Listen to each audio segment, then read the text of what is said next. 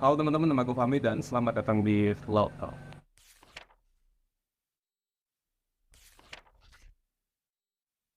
Bersama saya, Fahmi Dawami, selaku pembicara atau host pada kesempatan kali ini, dan juga ada narasumber yang luar biasa, Bapak Sri Vlog. Selamat siang. Selamat siang. Pada kesempatan kali ini, terima kasih Bapak atas waktunya. Saya di sini selaku mahasiswa Fakultas Hukum Universitas Brawijaya Madura itu diberikan tugas terkait output dari hasil magang saya Pak di kantor DPRD, dan saya itu pengen berbincang sedikit terkait hal yang menurut saya itu termasuk menarik lah Pak untuk dibahas, yaitu yang pertama terkait tugas dan wewenang DPRD di Kabupaten Bangkalan. Yang kami tahu secara umum itu kalau DPRD itu memiliki fungsi yaitu legislasi bentuk undang-undang ya Pak. Terus kemudian yang kedua itu terkait fungsi anggaran, terkait APBD, dan juga terakhir itu fungsi pengawasan. Nah yang jadi menarik ini sebenarnya di ranah di pengawasannya itu. Uh, karena dalam Undang-Undang Nomor 17 Tahun 2014 itu dijelaskan juga soal DPRD itu sebenarnya memiliki hak dan ini Pak, kewenangan terkait interpelasi, kemudian menyatakan pendapat dan juga hak angket. Nah, kalau di kabupaten sendiri, di Kabupaten Bangkalan sendiri itu pernah nggak Pak itu digunakan? Dan apakah itu termasuk salah satu hal yang menjadi faktor utama atau faktor yang mempengaruhi kemajuan Kabupaten Bangkalan itu sendiri? Ya, jadi pertama mungkin terkait fungsi ya. Jadi kita di undang-undang yang baru kita sudah tidak di DPRD. Titipan DPRD itu sudah tidak punya fungsi legislasi, yang ada itu fungsi pembuatan denda. Jadi fungsi legislasi itu ada di DPR RI ada, dan fungsi penting atau kewilayahan dan juga fungsi pengawasan. Nah, terkait fungsi pengawasan itu memang kita ada tiga yang mungkin bisa kita lakukan selain kita melakukan mulai tahapan-tahapan tadi, hitting dan sebagainya.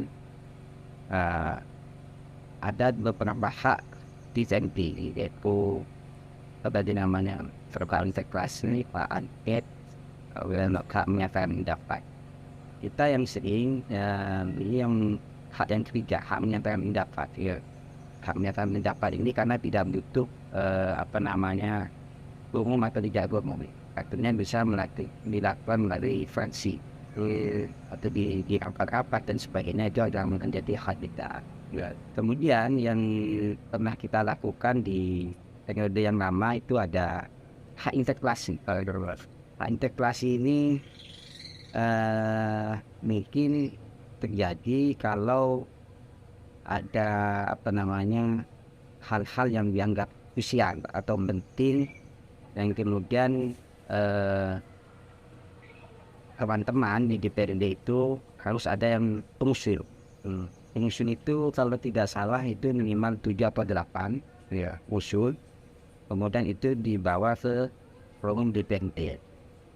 Nanti di saat interpelasi itu kita 2 kali interpelasi di Bangkalan ini kan gagal. Waktu itu kita fraksi PDI Perjuangan menjadi pengusul ya. Namun di forum paripurna kita gagal karena syaratnya di interpelasi itu untuk menggunakan hak interpelasi harus dihadiri 50+1 dari anggota DPRD. Kita 2 kali interpelasi itu, pertama dihadiri 19, yang kemudian itu yang kedua 23.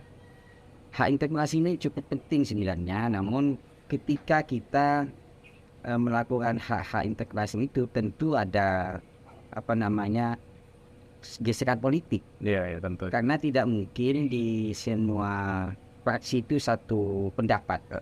Karena fraksi itu pasti ada yang fraksi pemerintah, ada yang non pemerintah. Jadi itu kayak sekarang kita ini sedang ada beberapa teman mengajak untuk menggunakan hak kita, hak interpelasi dari fraksi Golkar ya, dan PKS terkait adanya penyalahgunaan anggaran di BUMD.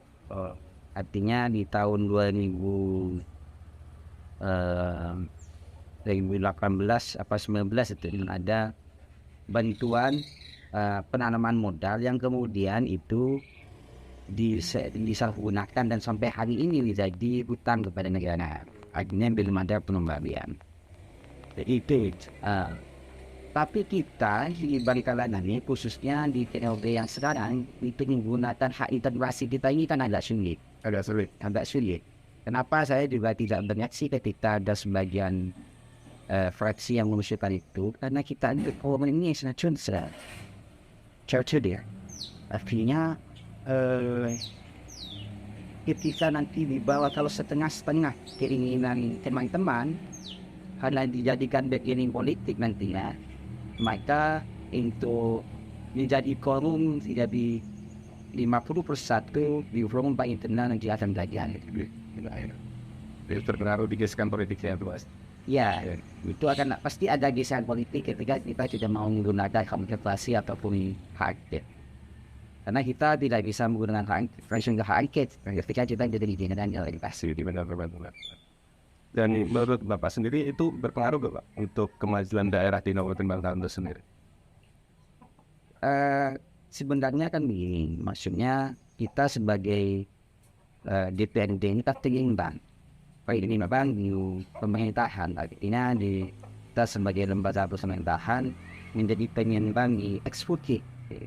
Jika kita bisa bersama-sama dengan tujuan yang sama untuk bagaimana melakukan pengawasan dengan baik, tentu pengaruhnya sangat besar. Namun kita menyamakan persepsinya itu agak sulit. Itu. Jadi pengalaman saya intinya 2 kali kita melakukan hak interpelasi selalu gagal di tempat. Ketika gagal di paripurna, akhirnya kita sulit untuk menggunakan hak itu. Karena itu ada aturannya, ada tahapan dan aturan yang harus kita lakukan. Karena agak sensitif juga sebenarnya. Iya. Ya. Sekarang ini kita mencoba menghimpun teman-teman untuk melakukan hak interpelasi terkait dengan itu. Paling tidak kita ingin mengetahui. Karena pembahasan pendalaman anggaran di setiap mitra itu kan berbeda. Misalnya di BND ini mitranya di fungsi K. Kita tidak bisa mendalami secara jauh. Sebagai saya di Komisi C, kalau kita tidak bisa menggunakan HI. Nah, ketika ada interpelasi, kita bisa memanggil semua. Kemudian kita akan mengetahui bagaimana langkah-langkahnya nanti itu menjadi rekomendasi DPRD kepada eksekutif atau mungkin bisa kepada ke APH. Kalau itu diperlukan, misalnya terjadi pelanggaran penggunaan anggaran.